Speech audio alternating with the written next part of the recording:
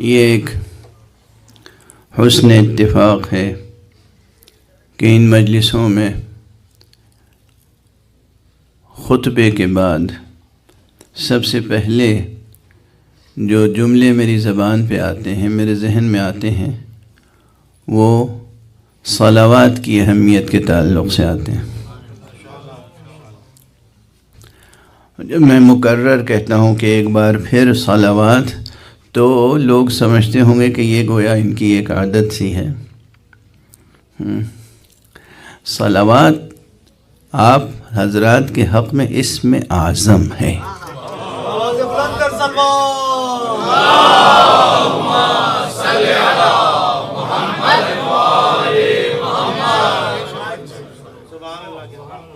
یہ صرف عقیدت کی بنا پر، ارادت کی بنا پر یا اپنے ذاتی عقیدے کی بنا پہ نہیں کہہ رہا ہوں،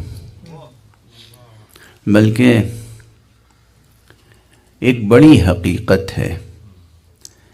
آپ کو خدا سے جوڑنے والے جتنے وسیلے ہیں اور خدا سے کچھ طلب کرنے کے لیے جتنے وسائل ہیں، ان میں بہترین توسل کا طریقہ صلوات ہے۔ اور اس صلوات پر بھی یہ جو جملہ آپ کہتے ہیں نا، اللہم صل علی محمد و آل محمد، اس جملے پر بھی لفظ صلاۃ کا اطلاق ہوتا ہے۔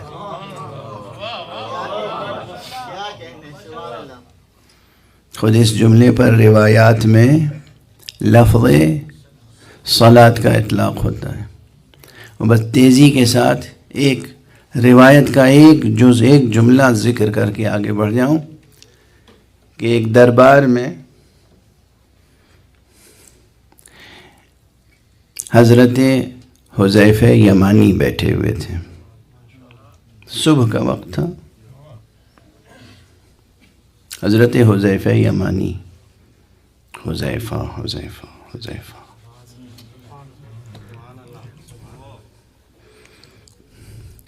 لوگ سمجھتے ہیں کہ ہم اصحاب کا تذکرہ نہیں کرتے۔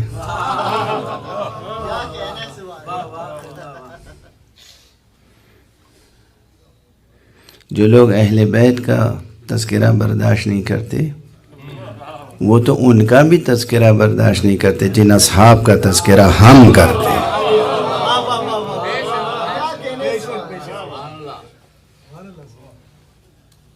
اصحاب پیغمبر وہ کچھ اور ہی اصحاب تھے جنہیں پیغمبر کہتے تھے یہ میرے اصحاب ہیں۔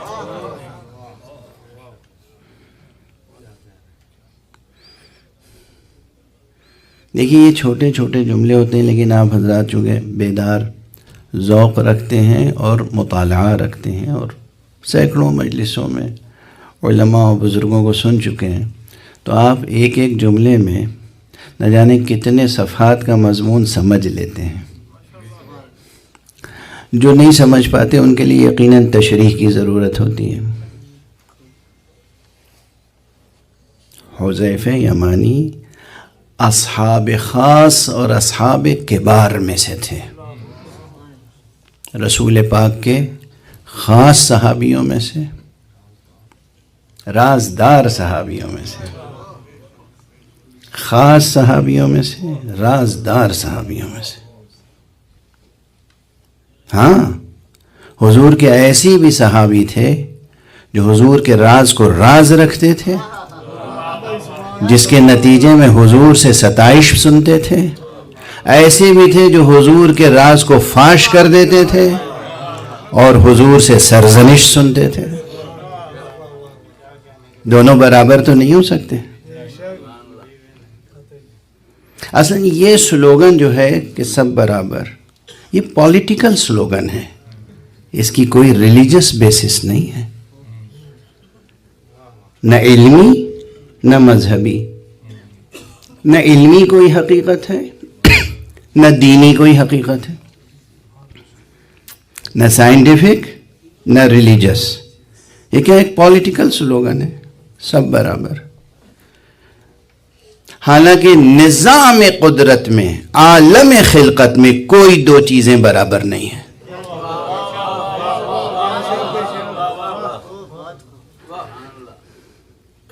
یہ ماشاءاللہ اتنے ذہین آدمی ہیں، سائنٹسٹ ہیں، پروفیسر ہیں. میں چونکہ کہ ان سے زیادہ متعارف ہو گیا ہوں تو ان کا حوالہ دے رہا ہوں، ورنہ اس مجمع میں ماشاءاللہ اور کتنے حضرات ہوں گے. جو ذرہ جس جگہ ہے وہیں آفتاب ہے. ایک ڈاکٹر نے فون کر کے مجھ سے ان کی تعریف کی کہ یہ اپنے فیلڈ میں سپر انٹلیکچوئل ہیں، سائنس ان کی فیلڈ ہے، میڈیکل سائنسز سے تعلق ہے. ان سے پوچھئے کہ اس کائنات فطرت میں کوئی دو چیزیں بھی بالکل ایک جیسی ہیں، آئیڈینٹیکل. ایک بار اس سے پہلے ممبر پہ عرض کر چکا ہوں، آج پھر عرض کر رہا ہوں. بچوں کو جنہوں نے نہیں سنا ہوگا وہ یاد رکھیں. کہیں چلے جاؤ کسی مرغزار میں، مرغزار کسے کہتے ہیں؟ وہ میدان جس میں گھاس، ہری گھاس، لہلہاتی ہوئی گھاس ہو، اسے کہتے ہیں مرغزار. کوئی دو گھاس کی پتیاں ایک جیسی نہیں ملیں گی.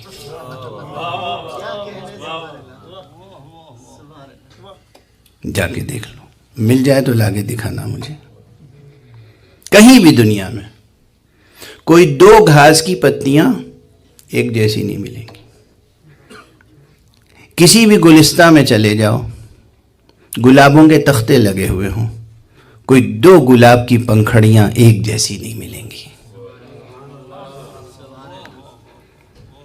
کسی صحرا میں چلے جاؤ، کوئی دو ریت کے ذرے ایک جیسے نہیں ملیں گے.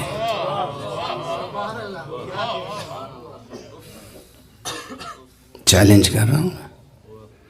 اور روئے زمین پر جتنے انسان ہیں، چاہے وہ جڑواں پیدا ہوئے ہوں، مگر وہ 100% 100% ایک جیسے نہیں ہوں گے. کتنے انسان ہیں روئے زمین پر؟ خود قرآن مجید نے آیت میں بھی حوالہ دیا ہے، اور آپ بھی، یہ آپ کی جو انگلی کے نشانات ہیں، فنگر پرنٹس کیوں لیے جاتے ہیں؟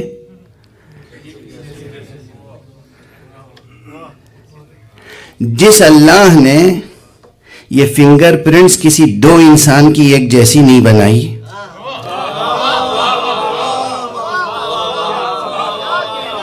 اس نے بس رسول اللہ کے اصحاب کی ایک جماعت تھی جو سب کو ایک جیسی بنا دی تھی. سبحان اللہ، اللہ کی قدرت، اللہ کی شان. صلوات پڑھ دیجئے محمد والے.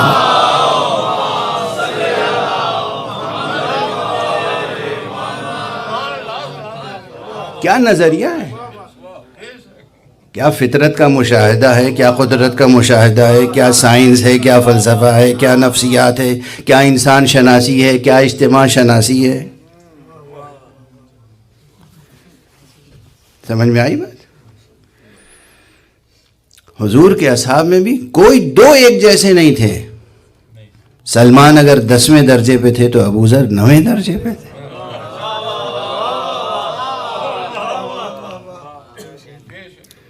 ابوذر 9ویں درجے پر تھے تو عمار، مقداد 8ویں درجے پہ تھے. عمار 7ویں درجے پہ تھے. یعنی مراتب ہیں. اب ایک جملہ اور عرض کروں، چونکہ میں کئی چیزیں ساتھ ساتھ لے کے چلتا ہوں. ایک جو سب سے بڑی آرزو ہے میری، جس کو لفظوں میں کہوں یا نہ کہوں، لیکن ہر مجلس میں ہر جگہ کہیں نہ کہیں اس کی جھلک آ جاتی ہے، جو تڑپ ہے، جو طلب ہے، جو آرزو ہے، جو اس مقصد پر اب میرے آنے کا، اس منبر پہ میرے آنے کا مقصد ہے، وہ صرف 2 جملوں میں عرض کر سکتا ہوں.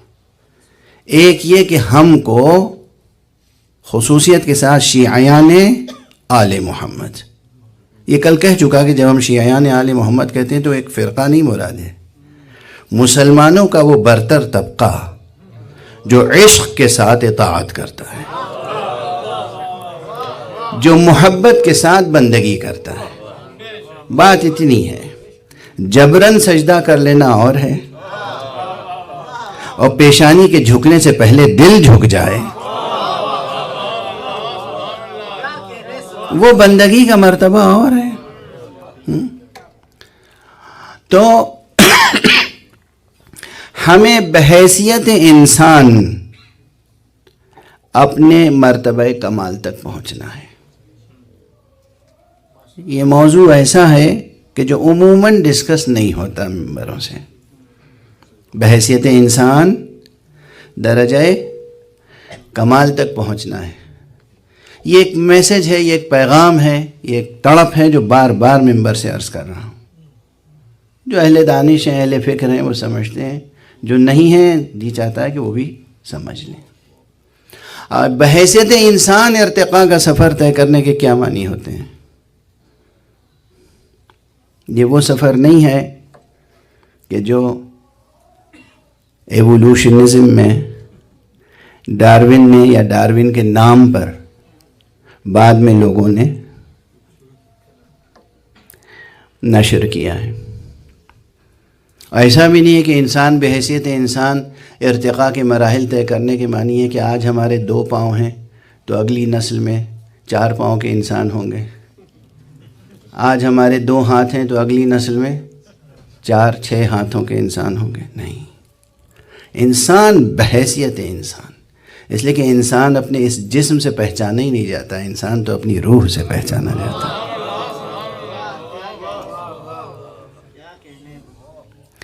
یہ ہدف، یہ مقصد، یہ منزل آپ کے سامنے متعین ہو جائے، واضح ہو جائے کہ ہمیں بحیثیت انسان سفر ارتقاء طے کرنا ہے. اس میں ہر شخص کا انڈیویجولی، ہر فرد کا اپنی جگہ ایک سفر ہے. دوسرا مقصد بحیثیت مجموعی. بحیثیت فرد ہمیں اپنا سفر کمال طے کرنا ہے، اور بحیثیت مجموعی پورے معاشرے کو لے کر ہمیں اس طرح بلند ہونا ہے کہ ہمارا امام جو پردہ غیب میں منتظر ہے وہ ہم پر بھروسہ کر کے پردہ غیب سے باہر آ سکے. معاشرے کی تہذیب، معاشرہ اپنی تہذیب سے پہچانا جاتا ہے. معاشرے، ہماری تہذیب کیا ہے؟ تہذیب آل محمد، تہذیب ولایت، تہذیب عزا، یہ سب ایک ساتھ ہے. ٹھیک ہے. تہذیب پر جب آپ خالص مذہبی نقطہ نظر سے گفتگو کریں گے تو زبان اور لفظیات اور ڈیفینیشن کا طریقہ الگ ہوگا.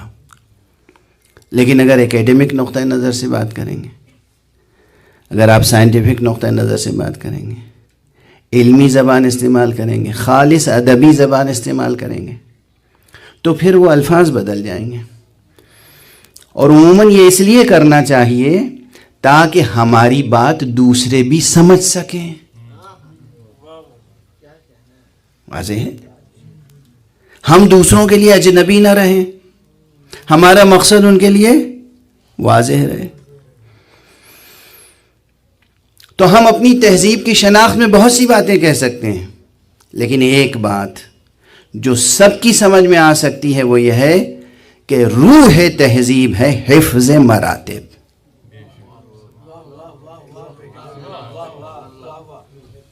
روح تہذیب. یہاں بھی میں ایک حوالہ دے دوں، جو بزرگ نسل ہے وہ ان سے واقف ہوگی. چونکہ ان کی کتابوں کو شروع میں نے پڑھا تھا جب میری عمر 15-16 برس کی تھی، اور اس وقت ان کی کتابوں نے میرے ذہن کی تشکیل کی. وہ ایک ایجوکیشنسٹ تھے، ایک ادیب تھے، ایک نقاد تھے، خواجہ غلام السیدین. اور یہ خواجہ الطاف حسین حالی کے خاندان سے تھے، اور بر صغیر میں، پورے بر صغیر میں ان کی تعلیمی خدمتیں ہیں. گورنمنٹ آف انڈیا میں ایجوکیشن سیکریٹری رہے جب بالکل انڈیا بنا تھا. اس کے ایجوکیشن منسٹر جو ہیں وہ مولانا ابوالکلام آزاد ہوا کرتے تھے، اور ان کے شاگردوں نے اس طرف اور اس طرف سرحد کے دونوں جانب ان کی خدمتیں ہیں ایجوکیشن کی راہ میں. یہاں کے پوسٹ ڈاکٹریٹ انہوں نے کام کیا تھا، ڈگری حاصل کی، لیکن ان کے نظریے کی بنیاد امام المتقین امیر المومنین علی ابن ابی طالب علیہ الصلوۃ والسلام.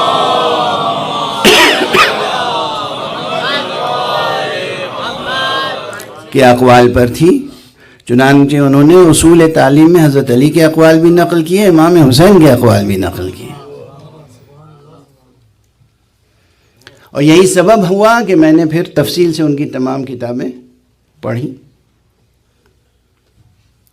انہوں نے جو تہذیب پر کتاب لکھی، کلچر، تہذیب یعنی کلچر، دو لفظ ہیں، ایک سویلائزیشن ہے، ایک کلچر، ایک ہے تمدن، ایک ہے تہذیب. جہاں انسانی معاشرے کی مجموعی تہذیب میں سیاسی فتوحات کا رنگ غالب ہو وہ ہے تمدن، جہاں اخلاقی فتوحات غالب ہوں وہ ہے تہذیب. ٹھیک ہے، صلوات پڑھ دیجئے محمد علیہ.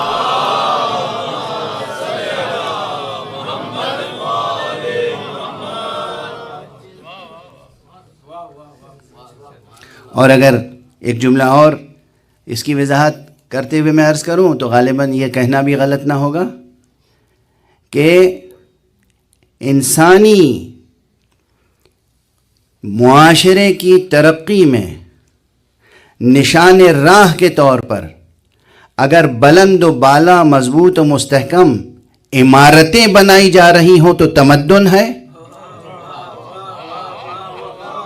اور بلند و بالا سیرتیں بنائی جا رہی ہوں تو تہذیب ہے.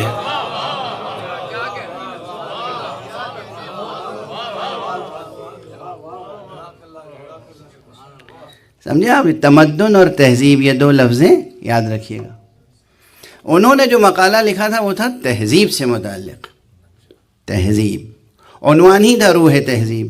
انہوں نے روح تہذیب کے عنوان سے جو مقالہ لکھا، وہ وقت کا تقاضا بھی تھا. وہ مختلف قومیں ایک دوسرے سے فتنہ و فساد میں مبتلا تھیں، ہنگامے ہوتے تھے روز و شب، قتل و غارت.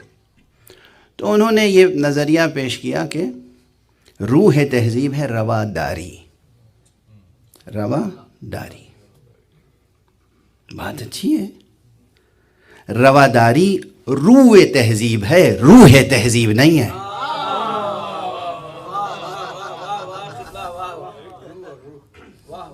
رواداری روح تہذیب ہے، روح تہذیب ہے حفظ مراتب.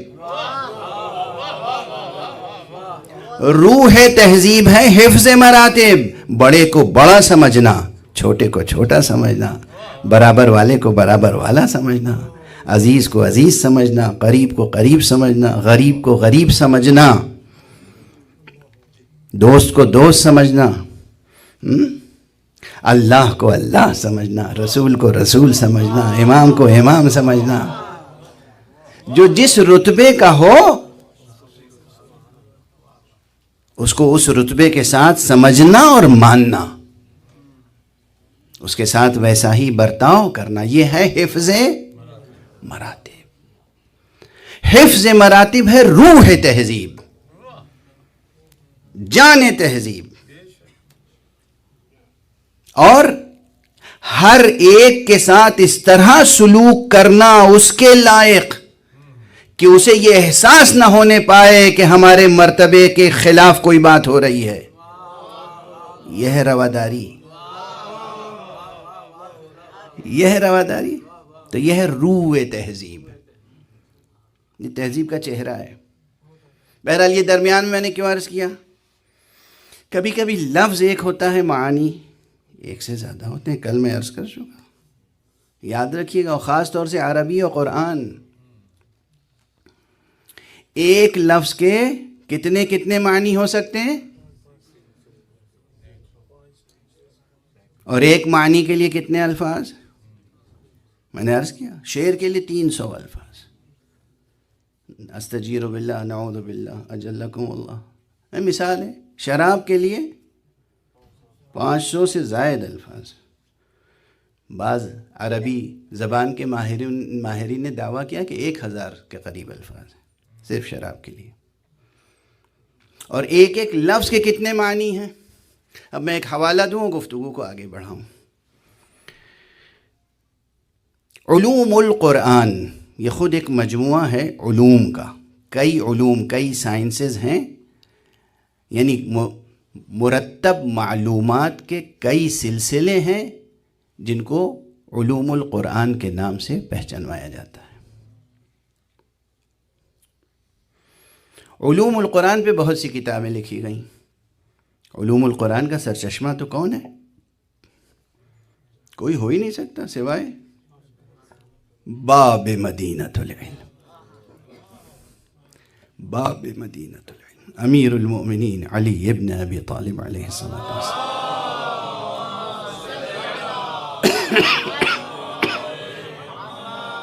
بس متوجہ رہیں، جہاں سے سلسلہ کلام پھیلا تھا وہیں سمٹے گا جا کے۔ سرکار رسالت مآب پہ قرآن نازل ہوا اور وہ ہے مدینہ علم، اور سرکار نے اعلان فرمایا کہ علی ہیں باب مدینہ علم۔ تو جتنے علوم ہیں مقام ختم نبوت کے اور قرآن کے، سب صادر ہوں گے کس سے؟ باب مدینہ، علی ابن ابی طالب سے صادر ہوں گے۔ کہیں اور سے کوئی قول آئے وہ معتبر ہو یا نہ ہو، امیر المومنین سے جو قول آئے گا وہی معتبر ہوگا، اور کہیں سے بھی کوئی قول آئے اگر وہاں سے تائید ہو جائے گی تو معتبر ہو جائے گا، اور کہیں سے کوئی کتنا ہی بڑا وزنی قول نظر آئے بظاہر، اگر تائید نہیں ہوگی مقام باب علمی سے تو اس کی کوئی حیثیت نہیں۔ یہ اصول ہے ہمارے ہاں علمی مباحث میں، واضح ہے۔ تو جناب والا تمام علوم تو وہاں سے نکلے، لیکن بعد میں ہر ایک نے حسب ظرف جس کا جتنا دامن تھا اس نے سمیٹا۔ بہت سے لوگوں نے علوم القرآن پہ کتابیں لکھی، اس میں ایک علامہ سیوطی بھی ہیں جن کی کتاب الاتقان بہت مشہور ہے۔ الاتقان میں ایک چیپٹر ہے غالباً، اگر میرا حافظہ غلط نہیں ہے تو 36واں چیپٹر ہے غالباً، یا ایسے ہی کچھ 30 کے بعد کوئی 36واں 35واں کچھ ایسے ہی چیپٹر ہے، جس میں یہ بحث ہے کہ ایک ایک لفظ کے قرآن میں کتنے معانی ہیں۔ چند مثالیں انہوں نے دی ہیں جس میں صلاۃ کا لفظ بھی ہے۔ اب صلاۃ کے لفظ کے جتنے معنی ہیں وہ ذکر کرنے سے پہلے میں جہاں سے حضرت حذیفہ کا ذکر چھوڑا تھا وہ آگے بڑھا دوں۔ تو یہ جناب حذیفہ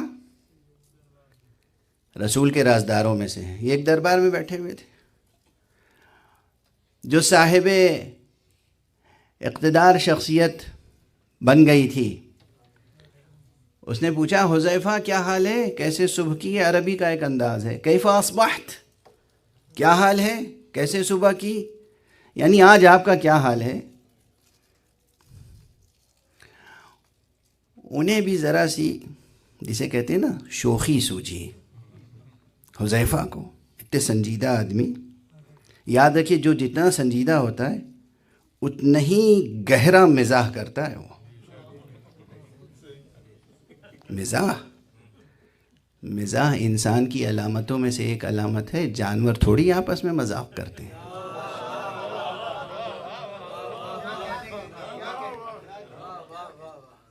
جانور مذاق نہیں کرتے، انسان مذاق کرتے ہیں، انسان مزاح کرتے ہیں۔ تو جناب والا حضرت حذیفہ نے کہا ارے کیا بتاؤں کیا دن نکلا ہے، کیسی صبح ہوئی ہے، کیا حال ہے میرا۔ حال یہ ہے کہ حق سے مجھے نفرت ہے،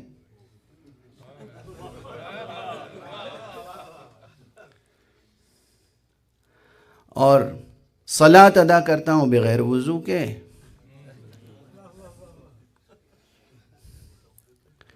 فتنے سے محبت ہے۔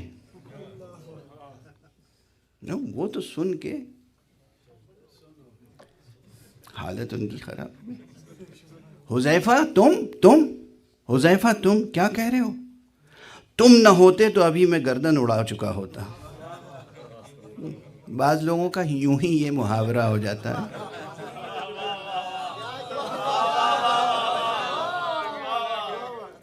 میں کیا کروں، بڑی عاجزی سے کہتا ہوں کہ جو واقعاً بہادر ہوتا ہے نا وہ عموماً خاموش ہوتا ہے۔ جب ضرورت ہوتی ہے تو شجاعت کا اظہار ہو جاتا ہے، اور جہاں شجاعت کا نام و نشان بھی نہیں ہوتا، اٹھتے بیٹھتے ہر ایک کو دھمکیاں دیتا رہتا ہے، اس کے پاس دھمکی کے علاوہ کوئی چیز ہے ہی نہیں۔ یہ نفسیات ہے، آپ جا کے لوگوں میں ہاں دیکھ لیجئے گا۔ تو کہا اگر تم نہ ہوتے حذیفہ تم ایسی باتیں کر رہے ہو، تم نہ ہوتے تو تمہیں گردن اڑا دیتا۔ اب ادھر سے تجلی ہوئی، ظہور ہوا آدم نوری کا، باب مدینۃ العلم، امیر المومنین علی ابن ابی طالب علیہ السلام۔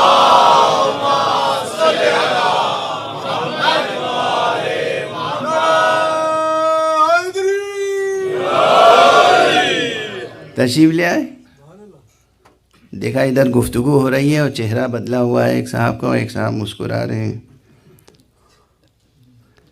کہا کیا ہوا، خیریت تو ہے؟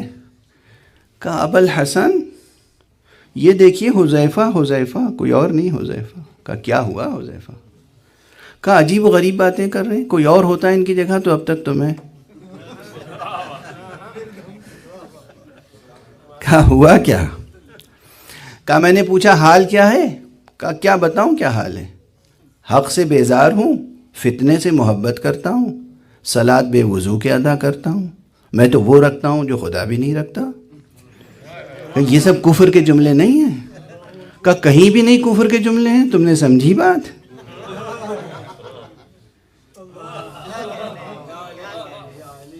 بات سمجھی؟ ٹھیک تو کہہ رہے ہیں، حضرت نے کہا ٹھیک ہی تو کہہ رہے ہیں۔ کہا آپ بھی؟ یہ روایت کتاب میں نے خود پڑھی ہے اس لیے گزارش کر رہا ہوں۔ اب دیکھیے روایت سمجھنے میں کیا کیا ہوتا ہے۔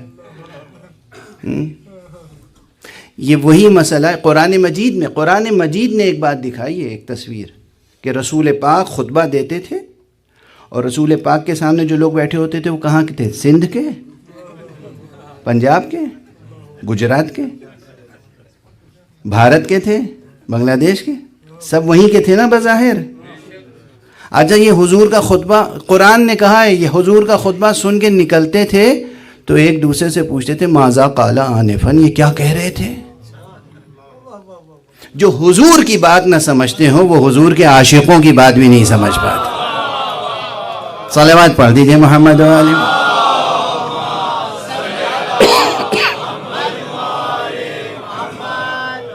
اس کی بہت سی مثالیں ہیں مستند کتابوں میں۔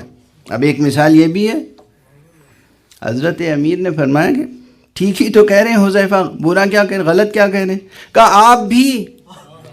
کہ دیکھو موت حق ہے، کسے موت سے محبت ہے؟ ہر ایک موت سے بھاگتا ہے، گریز کرتا ہے۔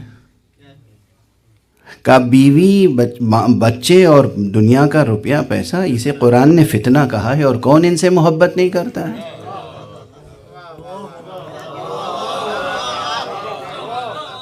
قرآن نے کہا ہے نا المال والبنون فتنۃ الحیات الدنیا، فتنہ ہے نا۔ کہ بچے روپیہ پیسہ فتنہ ہے، قرآن نے کہا ہے، اور فتنے سے کون محبت نہیں کرتا؟ موت حق ہے، حق سے کون بیزار نہیں، موت سے کون بیزار نہیں ہے؟ اور یہ جو ہم رسول پہ درود بھیجتے ہیں صلاۃ ہے، اور اس کے لیے وضو شرط نہیں ہے۔ صلوات پڑھ دیجئے محمد و آل محمد۔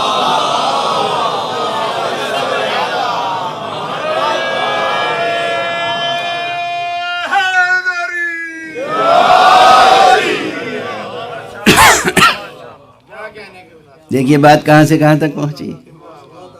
صلاۃ، اس پر صلاۃ کا اطلاق ہوتا ہے جب ہم کہتے ہیں اللہم صل علی محمد و آل محمد، چاہے وہ درود ابراہیمی ہو یا چاہے یہ درود ہو، صلوات جو رسول میں بھیجتے ہیں وہ بھی ہے صلاۃ، اور اس کے لیے وضو شرط، وضو ہو بہتر ہے، شرط نہیں ہے، ٹھیک ہے۔ اور کہا کہ یہ گھر رکھتے ہیں، مکان رکھتے ہیں، بیوی رکھتے ہیں، بچہ رکھتے ہیں، اللہ نہ گھر رکھتا ہے، نہ مکان رکھتا ہے، نہ بیوی رکھتا ہے، نہ بچے رکھتا ہے، تو کیا غلط کہا؟ اس وقت بھی برجستہ انہیں کہنا ہی پڑا، آپ نہ ہوتے تو میں تو ہلاک ہو جاتا۔ حقیقت یہ ہے کہ میری طبیعت بہت کمزور ہے اور سینے میں تکلیف ہے، تو میں دھیرے دھیرے ہلکے ہلکے انداز میں گفتگو کر رہا ہوں۔ اور اب گفتگو جو ہے براہ راست مربوط کر رہا ہوں کل کی گفتگو سے، لیکن یہ تمہیدیں بھی میرا خیال ہے غیر ضروری نہیں تھیں، ان سب میں کچھ نہ کچھ مطالب تھے۔ تو کل بحث یہ تھی کہ سورہ کوثر کی دوسری آیت میں جو کہا گیا فصل، یہ آیت دروازہ کھولتی ہے کہ ہم حقیقت صلاۃ پہ بھی غور کریں۔ جب حقیقت صلاۃ پہ غور کریں گے تو دیکھنا ہوگا کہ صلاۃ کے کتنے معنی ہیں۔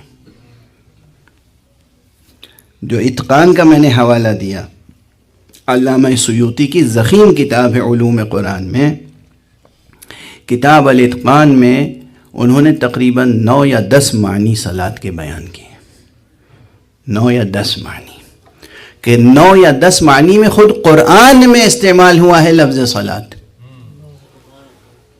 کہیں اور نہیں، واضح ہے۔ خود قرآن مجید میں لفظ صلاۃ اور فعل صلی یصلی، میں نے جب مزید غور کیا قرآن اور حدیث کو شامل کر کے اور لغت عرب کو سامنے رکھ کے، تو معلوم ہوا کہ 13 معنی تک میں پہنچا۔ سوچتا رہا کہ 13 کیوں، صلاۃ کے تو 14 معنی ہونے چاہیے۔ جب نہیں ملا تو اندازہ ہوا کہ 13واں ہی ملے گا، 14واں تو ابھی پردہ غیب میں ہے۔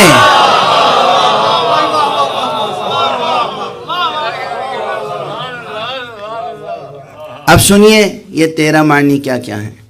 ہو سکتا ہے سب بیان کر سکوں، ہو سکتا ہے سب بیان نہ کر سکوں۔ یعنی ایک لفظ صلاۃ کے کتنے معنی ہوئے؟ 13 جو دستیاب ہیں۔ اب یہ طے کرنا ہوگا نا کہ کس جملے میں صلاۃ سے کیا مراد ہے،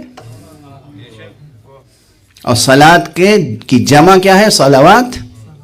خود لفظ صلوات قرآن مجید میں 2 جگہ 2 الگ الگ معنی میں ہے، جمع بھی 2 جگہ 2 الگ الگ معنی قرآن میں، اور اس میں کوئی چیلنج نہیں کر سکتا، سب متفق ہیں، ماننا پڑے گا جو میں عرض کر رہا ہوں، اس لیے کہ قرآن مجید میں صلاۃ کے ایک معنی تو یہ ہے نماز جو ہم روزانہ پڑھتے ہیں، اقیم الصلاۃ، نماز قائم کرو۔ اور جب اقیم الصلاۃ کہا گیا تو اس میں 5 وقتہ نمازیں، صلوات الخمس، 5 نمازیں آ گئیں، ٹھیک ہے۔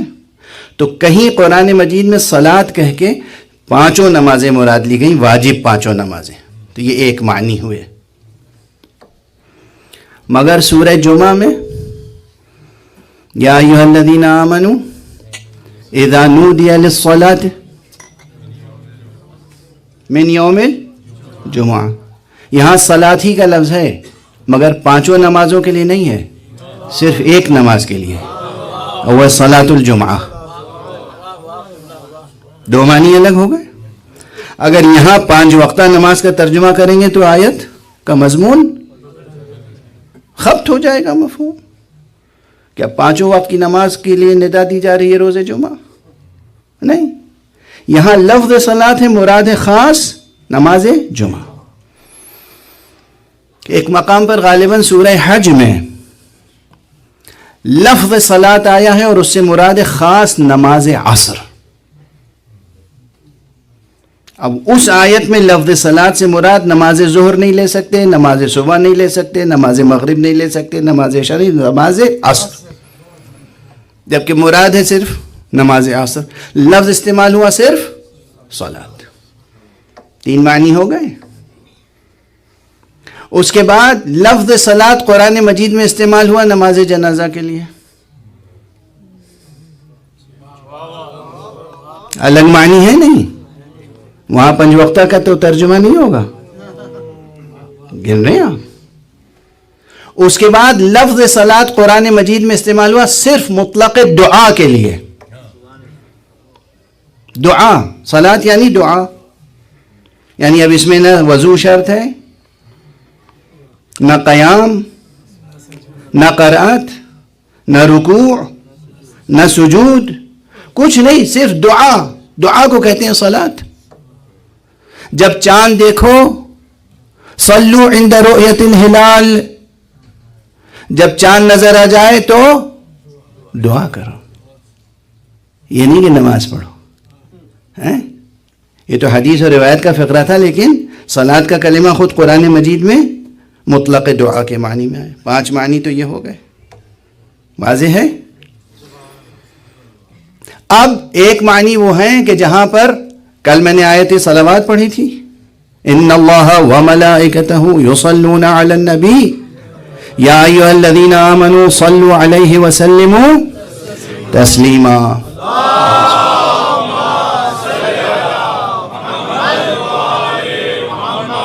یہاں یصلون سے کیا مراد ہے؟ اور اسی سورہ احزاب میں ایک آیت اور ہے اس سے پہلے، هو الذی یصلی علیکم وملائکتہ لیخرجکم من الظلمات الی النور.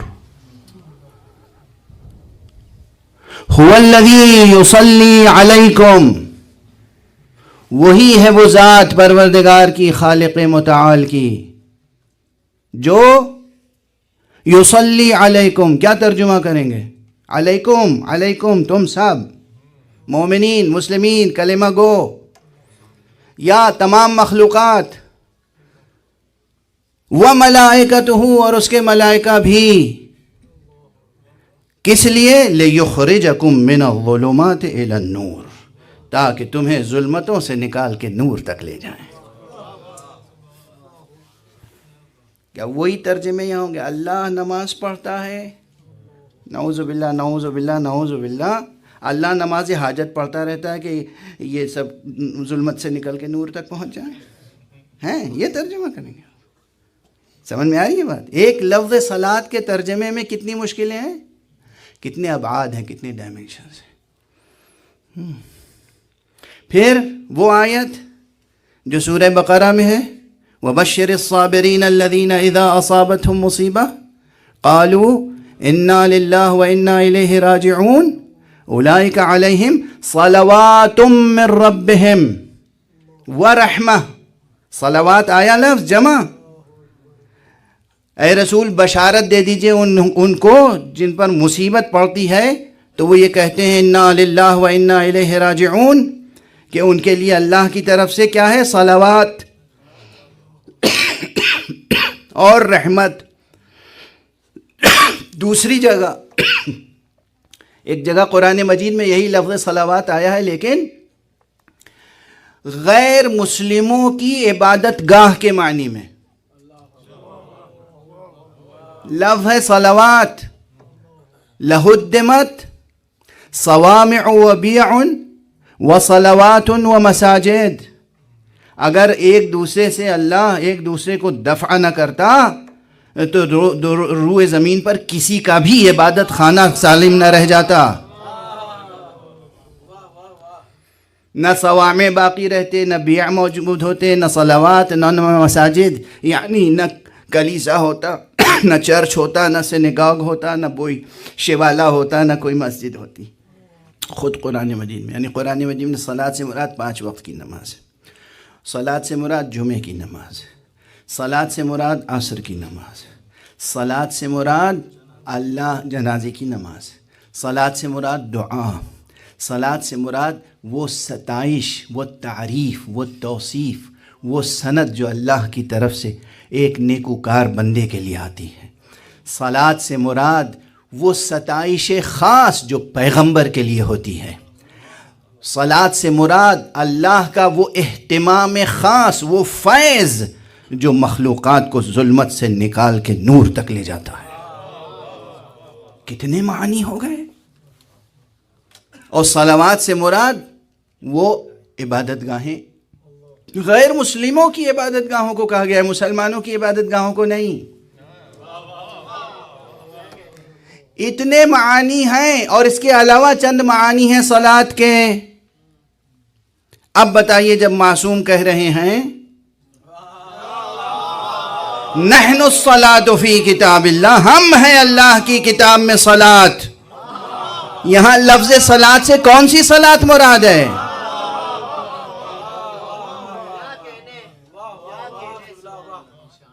یہ 5 وقت کی نماز مراد لے کے آپ اسے ترک کریں گے یہ کہہ کے کہ ہم محبت کرتے ہیں اہل بیت سے تو نماز پڑھنی ضروری نہیں.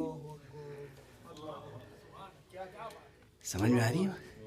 دیکھیے اسی کو کہتے ہیں مغالطے، اسی کو کہتے ہیں فیلیسی، فلسفی نہیں،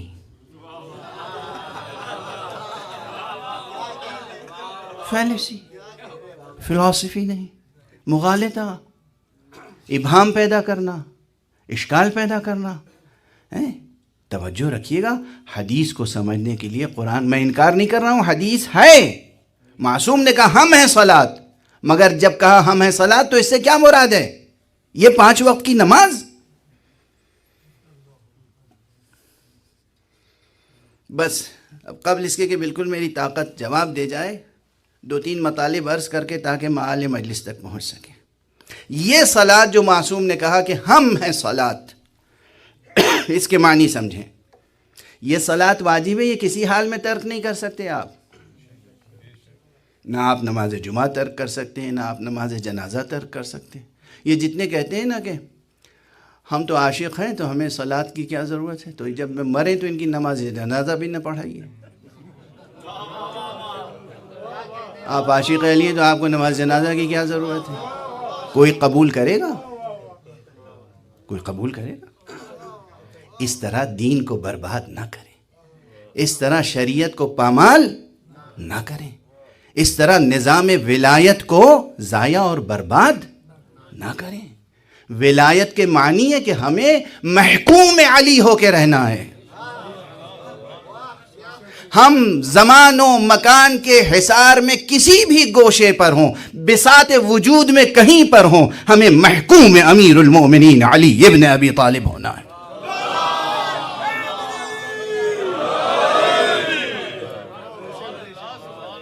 واضح ہے؟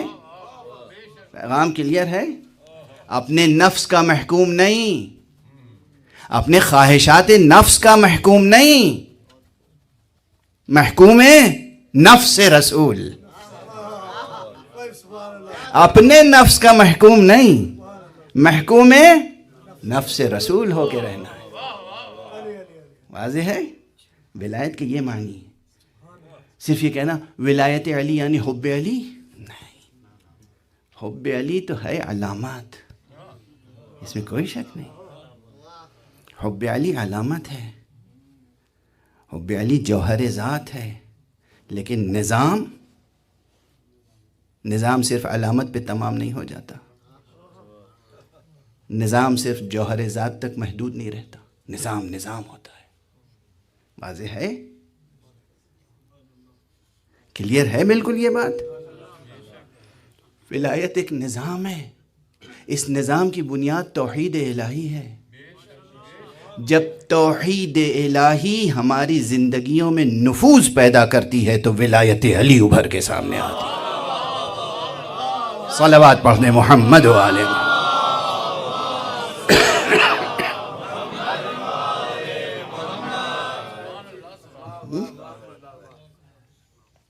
اب ذرا اور دقیق تر ہو جائے بحث. جتنی میری طبیعت رقیق تر ہو رہی ہے میں دقیق تر ہوتا جا رہا ہوں. آپ حضرات دعا کریں گے تو انشاءاللہ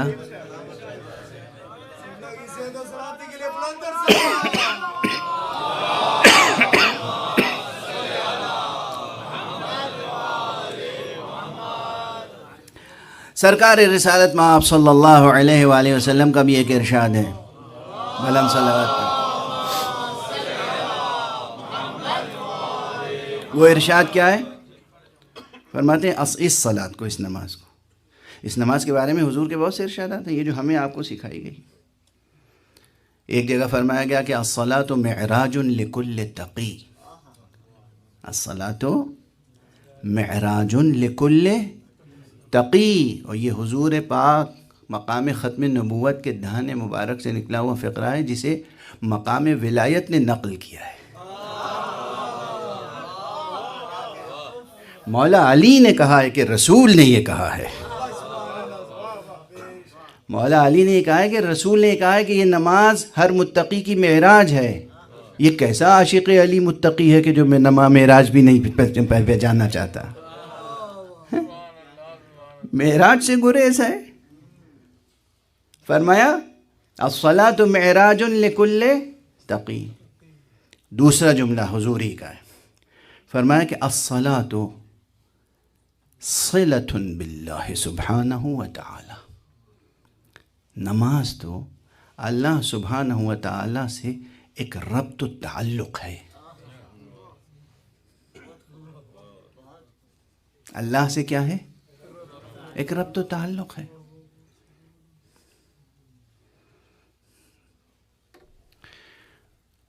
کوئی مثال اللہ اور بندوں کے ربط اور رشتے پہ مکمل اتر نہیں سکتی. اللہ اللہ ہے. لیکن باتوں کو سمجھنے سمجھانے کے لیے عرض کر رہا ہوں. باپ اور بیٹے کا رشتہ، باپ کے دل میں جو شفقت اور محبت بیٹے کے لیے، اولاد کے لیے ہوتی ہے، اس کا خود اولاد کبھی اندازہ نہیں کر سکتی. نہیں کر سکتی کہ باپ کے دل میں میرے لیے کیا ہے. کیوں نہیں کر سکتی؟ اصل باپ کا وجود بیٹے کے وجود سے اشرف و اعلیٰ ہوتا ہے. بیٹے کا وجود باپ کے مقابلے میں اشرف و اعلیٰ وجودی لحاظ سے نہیں ہوتا. اس لیے جس کا مقام اشرف ہو اس کو وہ سمجھ ہی نہیں سکتا کہ جو اس کے برابر اشرف نہ ہو. اس لیے کسی اولاد کو ملامت بھی نہیں کی جا سکتی. برا بھلا نہیں کہہ سکتے کہ تو نہیں سمجھتا میرے دل میں تیرے لیے کیا. وہ نہیں سمجھ سکتا. اسے بھی شفقت کے ساتھ ہم ہی کو ماننا پڑے گا کہ وہ نہیں سمجھ سکتا. اور ہمارے یہاں اور اسی لیے بچے نہ جانے کتنی غلطیاں کرتے ہیں اور پلٹ کے معافی نہیں مانگتے. ان کے معافی مانگے بغیر بھی باپ معاف کر دیتے ہیں. بالکل اسی طرح جیسے نہ جانے کتنی لغزشیں ہیں جو بندے کرتے رہتے ہیں اور پروردگار معاف کر دیتا ہے. کہ یہ بندے اگر ہر بات پہ پروردگار عذاب نازل کرے اور سزا دے اور عتاب کرے تو یہ کرۂ ارض کہیں باقی رہ سکتا ہے؟ یہ زمین باقی رہ سکتی ہے؟ باپ جس طرح ہر گھر کا یہ تجربہ ہوگا. بیٹے غلطیاں کرتے ہیں، ہر غلطی پہ آ کے کہتے ہیں بابا سوری. نہیں، بعض بیٹے تو ناز ہوتا ہے، ناز فرزندی. میں بیٹا ہوں، میں نے غلطی کی تو کیا انہیں خود ہی معاف کر دینا چاہیے؟ ہیں؟ جیسے میں یہاں لفظ ناز فرزندی کہہ رہا ہوں، ویسے ہی علامہ جمیل مظہری مرحوم مغفور نے یا ان کے لیے پروفیسر عبد المغنی نے ایک ترکیب استعمال کی تھی، ناز بندگی. حقیقتاً انسانوں میں ناز بندگی ہونا چاہیے. ناز ہونا چاہیے کہ ہم اس کے بندے ہیں. جب آپ کے اندر یہ ناز ہوگا کہ ہم اس کے بندے ہیں تو وہ نہ جانے آپ کی کتنی خطائیں معاف کر دے گا صرف اس ناز پر کہ یہ ناز کرتا ہے کہ میرا بندہ.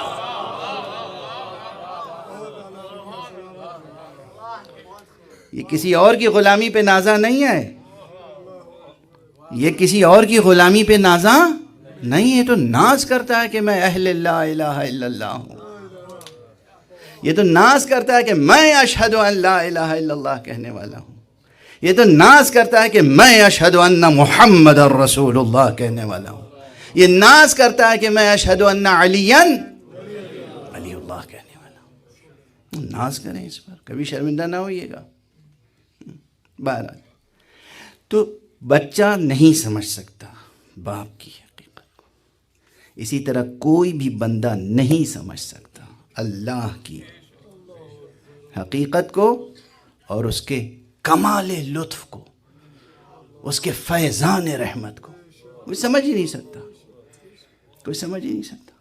اور وہ ہے کہ جو اپنے فیضان رحمت سے مسلسل تکویناً و تشریعاً بندوں کو ظلمتوں سے نکال رہا ہے اور نور کی طرف لے جا رہا ہے. ظلمتوں سے نکال رہا ہے اور نور کی طرف لے جا رہا ہے. یہ ظلمتوں سے نکال کے نور کی طرف لے جانے کے پروسیس میں بہت سی چیزیں ہیں، ظاہراً و باطناً. بحث دقیق ہے. ظاہری طور پہ بہت سی چیزیں ہیں اور باطنی طور پہ بہت سی چیزیں ہیں. بالکل ویسے ہی اب مثال دوں، یہ مثال کراچی میں دے چکا ہوں دوسرے کانٹیکسٹ میں، آج دوسرے کانٹیکسٹ میں دے رہا ہوں۔ آج کل دنیا کا سب سے بڑا مسئلہ کیا ہے جو سائنٹیفک بھی ہے اور پولیٹیکل بھی؟ یورینیم کی افزودگی، یورینیم کا انریچمنٹ ہے نا، سائنٹیفک حقیقت ہے نا، سائنٹیفک پروسیس ہے، مگر سائنسدانوں سے زیادہ دم نکلتا ہے اس کا کس پر؟ سیاستدانوں کا۔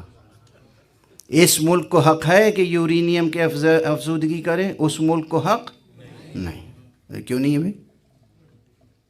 یہ ایک الگ مسئلہ ہے۔ میں کوئی سیاسی آدمی نہیں ہوں اس لیے سیاسی بات نہیں، میں مثال دے رہا ہوں صرف، ٹھیک ہے نا؟ یہ ایک مسئلہ ہے، توجہ رکھیے گا۔ آپ سب مائیں سن رہی ہیں، بہنیں سن رہی ہیں، خواہران سن رہی ہیں، آپ حضرات سن رہے ہیں۔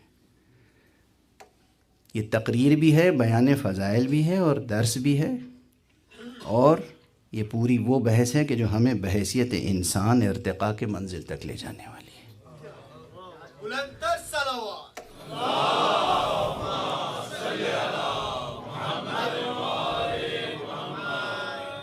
ہمیں بحیثیت انسان مرتبہ کمال تک پہنچانے والی ہے۔ واضح ہو رہی ہے بات؟ جوانان عزیز، حاشا و کلّا جو آپ نے اپنی جوانی ضائع کی، جوانی رائے گاہ نہ کرنا۔ یہ 4 دن کی دنیا کی زندگی کے لیے، 4 دن کی دنیا کی عیش و عشرت کے لیے غفلت میں بسر نہ ہو۔ آپ کو بہت بڑے مراتب و منازل کمال و عروج و معراج تک پہنچنا ہے۔ آپ کو پہنچنا ہے۔ آپ کے نبی تو تھے ہی صاحب معراج، آپ کے لیے بھی ایک خاص معراج ہے جس تک آپ کو پہنچنا ہے۔ یہ اس معراج کمال تک پہنچنے کے لیے کچھ ظاہری اسباب ہیں، کچھ باطنی اسباب ہیں۔ یہ ظاہری باطنی کیا ہوتا ہے؟ اب وہ بچوں کو سمجھانے والی باتیں ہیں، مگر اس سے حقیقتیں سمجھ میں آ جائیں گی۔ جس دن میری طبیعت خراب ہوتی ہے نا، اس دن بہت دیر تک مجلس پڑھتا ہوں، گھبرائیے گا نہیں آپ کو انٹروڈیوس کے لیے۔ جو تعلیمی ایجوکیٹو جو ویڈیوز آتی ہیں ان میں دیکھا ہوگا کہ کتنا بڑا ساز و سامان ہوتا ہے، کتنی بڑی جگہ ہوتی ہے، اور اس میں کیسی پیچیدہ مشینری ہوتی ہے، ہارڈ ویئر کتنا ہوتا ہے، سافٹ ویئر کتنا ہوتا ہے، اس کے اندر مادہ مواد کتنا ہوتا ہے، کیا کیا کچھ ہوتا ہے یورینیم انریچمنٹ پلانٹ میں، ہوتا ہے نہیں ہوتا ہے؟ کسی ایک چیز سے تھوڑی ہو جاتا ہے۔ یورینیم اور لیا اور انگارے پہ لگ دیا، ایسے ہی ہوتا ہے؟ انگیٹھی بنا لی۔ یہ سب اس لیے کہہ رہا ہوں تاکہ یاد رہ جائے، بچے جا کے پوچھیں گے انگیٹھی کیا ہوتی ہے ماما؟ اسی طرح ہماری تقریر یاد رہ جائے گی۔ تو معلوم ہوا کہ کوئی ہیٹر لیا، انگیٹھی لی، اس پہ یورینیم اورس لا کے رکھ دی، انریچمنٹ ہو جائے گا؟ نہیں ہوگا نا۔ کیا پورے شہر ہوتے ہیں زمین کے اندر، کہاں ہوتے ہیں؟ ہاں، زمین کے اندر، زیر زمین۔ جو بالائے زمین نظر آتا ہے وہ کم ہوتا ہے، جو زیر زمین ہوتا ہے وہ، اسی لیے کہا جاتا ہے عمل کم کرو، اخلاص زیادہ رکھو۔ اب یہ جو چند چیزیں ہیں، 24 گھنٹے ہیں، 24 گھنٹے کتنے؟ 24 گھنٹے۔ 24 گھنٹے میں ہر گھنٹے میں کئے منٹ ہے؟ 24 گھنٹے میں کئے منٹ ہے؟ اب کرتے رہیے گا ملٹی پلائی، ٹھیک ہے نا؟ جو کہنا چاہ رہا ہوں، 17 رکعت نماز پڑھنے میں کئے منٹ لگتے ہیں؟ بہت کم۔ یہ 17 رکعت نماز مان لیجئے 17 منٹ میں ہو جاتی ہے، ٹھیک ہے نا؟ اور چند بار آپ کو کھڑا ہونا ہے، جھکنا ہے، بیٹھنا ہے۔ یہ ایک ظاہری عمل ہے، یہ ایک سانچہ ہے۔ اس سانچے میں آپ کے نفس کو پکایا جا رہا ہے۔ یہ کیا ہے؟ یہ ایک انریچمنٹ ہے۔ داخل میں کیا ہے؟ نیت. داخل میں کیا ہے؟ نیت. نیت کا استمرار، استدامت النیہ، اخلاص، توجہ، اور اس نیت اور اخلاص و استدامت اور ان سب کے بھی باطن میں کیا ہے؟ ولایت. سمجھ میں آ رہی ہے بات؟ ولایت کی جگہ کہاں ہے؟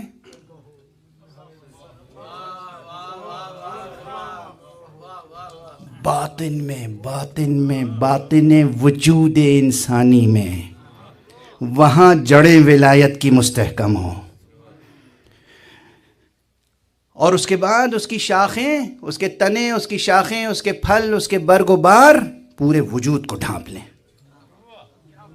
یعنی اس طرح ہو جائیں آپ کہ نماز تو ہو گئی، مگر جو کیفیت نفس کی نماز میں تھی اللہ سے تعلق کی، وہ اس وقت بھی باقی رہے جب آپ نماز نہ پڑھ رہے ہوں.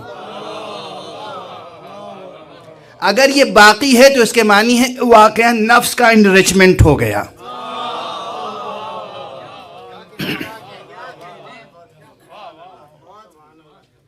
روزہ رکھا، ایک ظاہری عمل ہے، 12 گھنٹے کا روزہ. روزے میں کچھ پابندیاں تھیں.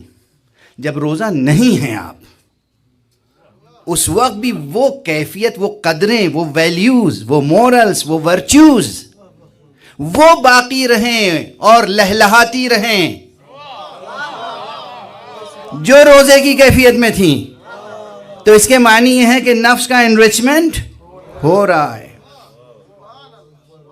یہ جو خاص ربط و تعلق اہل بیت سے ہے، جب آپ فرش عزا پہ ہوتے ہیں اور ذاکر و خطیب پڑھتا ہے تو ایک جوش ہوتا ہے اندر، ہر ایک کے حسب ظرف. مولا واقعاً ہم کربلا میں ہوتے تو آپ کے دشمنوں سے لڑتے، ہم آپ پہ جان قربان کرتے. یہ اس وقت بھی باقی رہے کہ جب آپ کسی پولیٹیکل کانفرنس میں ہوں، یہ اس وقت بھی ہو جب آپ کسی بزنس کا معاملہ کر رہے ہوں.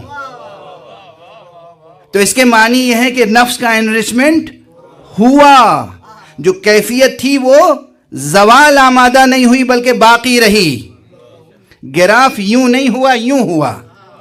واضح ہے بات؟ یہ پورا نظام ہے. اس نظام کی ہر شے اپنی جگہ ضروری ہے.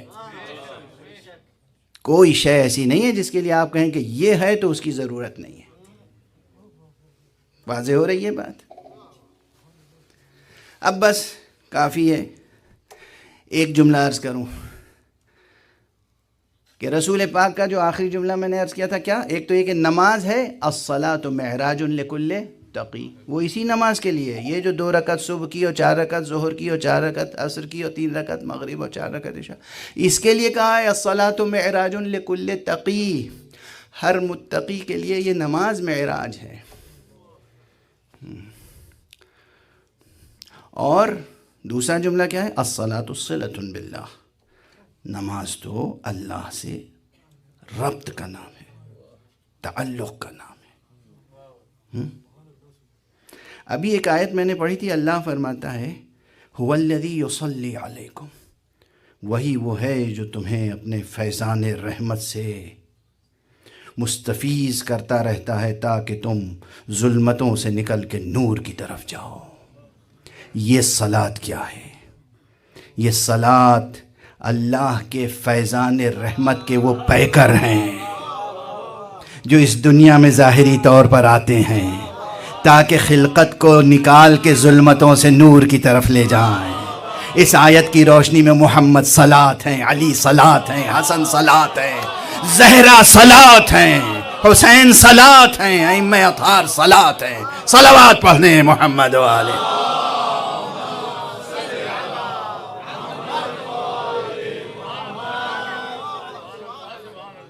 وہ ہیں صلاۃ. اس صلاۃ سے مطلب یہ نہیں کہ یہ صلاۃ چھوڑ دیں آپ. واضح ہے وہ صلاۃ ہیں. 2 حیثیتوں سے کم سامنے اس وقت جو آج مجلس میں عرض کر رہا ہوں. ایک یہ حیثیت کہ ان کا پورا وجود ہی عین ربط ہے ذات الہی سے.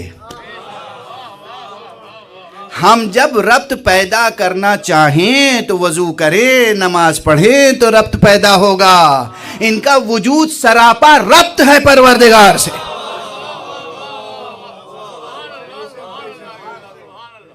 ان کا وجود سراپا ربط ہے پروردگار سے، اس لیے یہ صلات ہیں۔ اور دوسری حیثیت کیا کہ پروردگار نے انہیں اپنا فیض رحمانی اور فیض رحیمی کا پیکر بنا کے بھیجا ہے، جو آپ کو ظلمتوں سے نور کی طرف لے جائیں گے، اس لیے بھی یہ صلات ہیں۔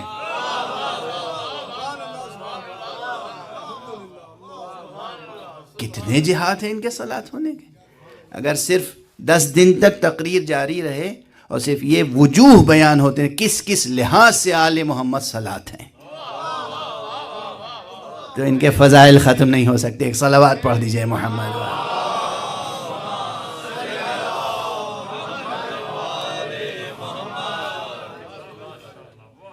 ہیں آل محمد صلات ہیں، یعنی ان کا وجود مبارک و مقدس سراپا ربط ہے اللہ سے۔ اب یہ جو سراپا ربط ہے اتنی آسانی سے کہہ دیا میں نے، اب وقت نہیں ہے۔ فلسفی میں جا کے پڑھیے گا کہ وجود ربطی کیا ہوتا ہے، وجود رابطی کیا ہوتا ہے، وجود اصلی کیا ہوتا ہے، یہ سب وجود کی قسمیں جب وہ پڑھیں گے اتنا سارا، تب اور لطف آئے گا اس چھوٹے سے جملے کا، تب لطف آئے گا کہ کیا کہا معصوم نے، نحن الصلاۃ فی کتاب اللہ، ہم ہیں اللہ کی کتاب میں صلات۔ حقیقت ہے، خدا کی قسم یہ صلات ہے، یہ سراپا ربط ہیں پروردگار سے، اور یہی وسیلہ ہیں جو ہمیں ظلمتوں سے نکال کے نور کی طرف لے جائیں گے۔ لیکن انہوں نے ہمیں ظلمتوں سے نکال کے نور کی طرف لے جانے کے لیے جو مصائب سہے وہ ان کی قربانیاں ہیں، وہ ان کی قربانیاں ہیں۔ اللہ اکبر، کیا کیا قربانیاں دی، کیا کیا قربانیاں دی۔ اولاً تو ان کی قربانیوں کا کوئی اندازہ کر ہی نہیں سکتا، جیسے ان کے فضائل کا اندازہ نہیں ہو سکتا نا، ان کی قربانیوں کا اندازہ بھی نہیں ہو سکتا۔ ابھی ایک بڑا صدمہ مجھے ہوا، بہت بڑا صدمہ۔ مدینہ منورہ گیا ہوا تھا، وہاں ایک شخص آیا اور اس نے کہا کہ یہ جو بی بی کا شعر آپ لوگ پڑھتے ہیں کہ مجھ پہ اتنی مصیبتیں پڑی، صبت علی مصائب لو انہا صبت علی الایام سرن لیالی، اگر یہ مصیبتیں روز روشن پہ پڑتی تو وہ شب تار سے بدل جاتا۔ عجب بے معرفتی کا سوال تھا، صدمہ تھا، لیکن میں شیئر کر رہا ہوں آپ کے ساتھ۔ کہا کون سی مصیبت ایسی پڑی تھی فاطمہ پہ؟ کون سی؟ میں لرز گیا۔ پھر میں نے کہا کہ دیکھیے، اگر آپ کو ان کے مرتبے کا علم ہو، اگر آپ کو ان کی منزلت معلوم ہو، اللہ کے نزدیک کیا رتبہ ہے ان کا، حقیقت میں ان کی ذات کتنی بلند ہے، پھر آپ کو اندازہ ہوگا کہ ان کے سامنے کھڑے ہو کے بلند آواز سے گفتگو کرنا بھی ظلم ہے۔ ان کے سامنے کھڑے ہو کے بلند آواز سے گفتگو کرنا بھی ظلم ہے۔ جان بوجھ کے کوئی ان کے سامنے کھڑا ہو کر زور سے بلند آواز سے کہ فاطمہ ڈر جائیں،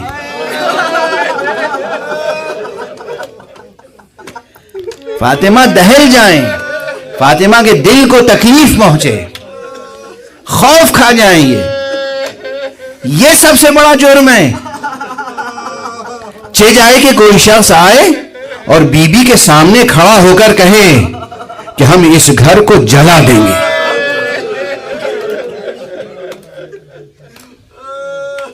اور بس گفتگو یہی نہیں تمام ہوتی کہ بی بی کے سامنے کہہ رہا ہے کہ ہم اس گھر کو جلا دیں گے۔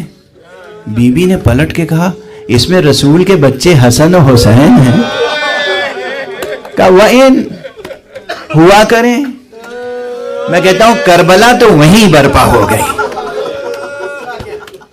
کربلا تو وہیں تمام ہو گئی، ان دو فقروں پر، دو جملوں پر، ان مکالموں پہ کربلا تمام۔ عزم اسلام سیاسی سامنے آ گیا، نہ اس میں حرمت خدا ہے، نہ حرمت رسول ہے، نہ حرمت آل رسول ہے، اس میں ہے تو بس اقتدار سیاسی کی ہوس، بس اقتدار سیاسی۔ بس آپ گریہ کر رہے ہیں۔ میں اکثر عرض کرتا ہوں، زیادہ عبارت آرائی مصائب میں نہیں کرتا، اصل واقعات جو ہے نفس واقعات، اس میں اتنی المناکی ہے کہ ایک عاشق کے لیے، ایک محب کے لیے، ایک عارف کے لیے تڑپ تڑپ کے رونے اور سر و سینہ پیٹنے کے علاوہ چارہ نہیں رہ جاتا۔ آپ اندازہ کیجئے کیا یہ چھوٹی مصیبت ہے کہ جس پر اس کائنات کا سب سے بڑا شجاع انسان، سب سے بڑا صابر انسان بلند آواز سے گریہ کرے اور غش کھا کے زمین پر گر جائے۔ یہ روایت ہے کہ جب حضرت اسماء بنت امیس نے آ کے مسجد نبوی میں حضرت امیر المومنین سے کہا، یا علی، فاطمہ گزر گئی، علی اتنی زور سے گریہ کر کے غش کھا کے زمین پر گرے ہیں کہ زمین لرز گئی، آسمان لرز گیا۔ علی اور علی کی زبان پر ایک فقرہ تھا، وہ فقرہ یہ تھا، اے سیدہ، اے رسول کی بیٹی، رسول کے بعد آپ ہی تو میرے لیے تسلی کا باعث تھی، اب میرے لیے تسلی کا سامان کہاں رہا؟ اجرکم علی اللہ۔ مسلسل آپ سنتے رہتے ہیں یہی دو فقرے، روز سنتے ہیں، ہر ذاکر سے، ہر مرثیہ خان سے، ہر نوحہ خان سے، مگر کیا اس میں المناکی ہے کہ سیدہ کی پسلیاں ٹوٹ گئی تھیں،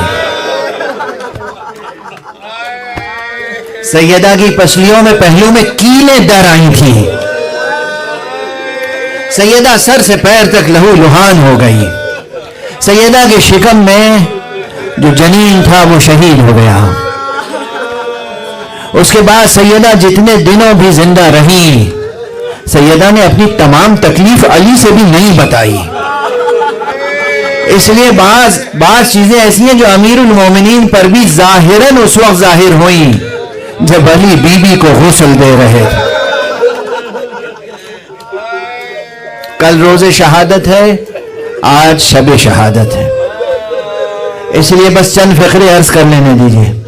بی بی نے جب اس دنیا کو وداع کہا تو ایک وصیت نامہ لکھا، ایک وصیت نامہ خاص اپنی عطرت، ذریت، قیامت تک آنے والے سادات کے لیے، اور ایک وصیت نامہ تمام عالم بشریت اور انسانیت کے لیے۔ مولا علی نے وصیتیں پڑھی، ان وصیتوں میں ایک یہ بھی تھی، علی مجھے تمہارے علاوہ کوئی غسل نہیں دے گا۔ مولا علی نے غسل دیا، اور جب غسل دے رہے تھے تو ایک مرتبہ بلند آواز سے گریہ کیا۔ دیکھو ٹھہر ٹھہر کے ایک ایک لفظ، کتنی جلدی میں نے کہہ دیا، آغا مولا علی نے غسل دیا۔ ابھی کل میرے ساتھ کتاب ہے، کل ایک کتاب میں پڑھ رہا تھا کہ مولا علی جب غسل دے رہے تھے تو حسن اور حسین سے مدد لے رہے تھے، بیٹا تم پانی دو میں غسل۔ ایک جملہ کہے بغیر نہیں رہ سکتا نا یہاں پہ کوئی بھی خطیب۔ زہرا، آپ کو غسل دیا جا رہا ہے اور آپ کو غسل دینے کے لیے پانی حسین دے رہے ہیں، یہ وہ حسین ہے جنہیں غسل نصیب نہیں ہوگا۔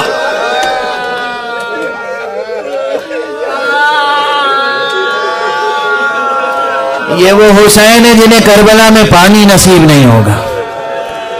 مولا علی ہیں، حسن ہیں، حسین ہیں، اسماء بنت امیس ہیں، چند مخصوص اصحاب، چند مخصوص بنی ہاشم کے افراد، غسل دیتے دیتے ایک مرتبہ بلند آواز سے گریہ کیا۔ جب اصحاب نے پوچھا تو کہا کہ تمہیں معلوم نہیں، بی بی کی پسلیاں شکستہ تھیں لیکن مجھ سے بھی شکایت نہیں کی۔ بس جو کچھ پڑھ سکوں گا اب کل پڑھوں گا، آج بس ایک منظر، آپ وہ بھی منظر اکثر سنتے رہتے ہیں۔ غسل ہوا، کفن ہوا، 7 پارچوں میں کفن، حسب مراتب زہرا، حسب وصیت زہرا، کفن دے دیا. اور اس کے بعد پھر آخری دیدار کے لیے بچوں کو بلایا. کس کس کو بلایا ہے وہ؟ حسن کو بلایا، حسین کو بلایا، زینب کو بلایا، ام کلثوم کو بلایا. تصور کی آنکھیں بیدار رہیں، چشم دل بیدار رہے. جب مولا علی نے کہا ہوگا بیٹی زینب ماں کو رخصت کر دو، کیا قیامت گزری ہوگی. بیٹی ام کلثوم ماں کو آخری سلام کر لو.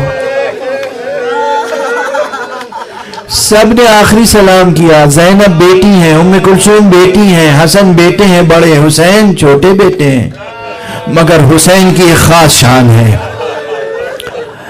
اسی لیے روایتوں میں یہ ہے، اور اس پہ شک نہ کیجیے گا، اس پہ شک نہ کیجیے گا، یہ بحث الگ ہے. مصائب میں پڑھ کے ہم لوگ گزر جاتے ہیں، لیکن یہاں بڑے مطالب ہیں. حسین مادر گرامی کے پائیں پاک کھڑے ہوئے ہیں، بڑے ناز سے کھڑے ہیں حسین.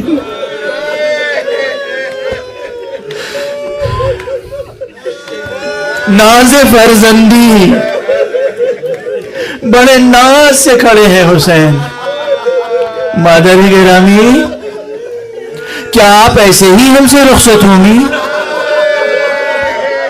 روایتیں ہیں عزیزوں، بندے کفن ٹوٹ گئے، زہرا کے ہاتھ بلند ہوئے، زہرا کی آواز بلند ہوئی، میرے حسین خدا حافظ. زہرا نے حسین کو سینے سے لگایا. میرا ذہن کربلا پہنچ گیا. بیوی آپ نے حسین کو سینے سے لگایا، لیکن آپ کے سونے سے حسین کو جدا کرنے والے علی تھے. شفیق باپ نے جدا کیا، شفیق بہن موجود تھی، شفیق بھائی موجود تھا. آئے حسین جب کربلا میں تھے، حسین کے سینے پہ سکینہ تھی. اس وقت ظالموں کے ہاتھ میں تازیانے تھے،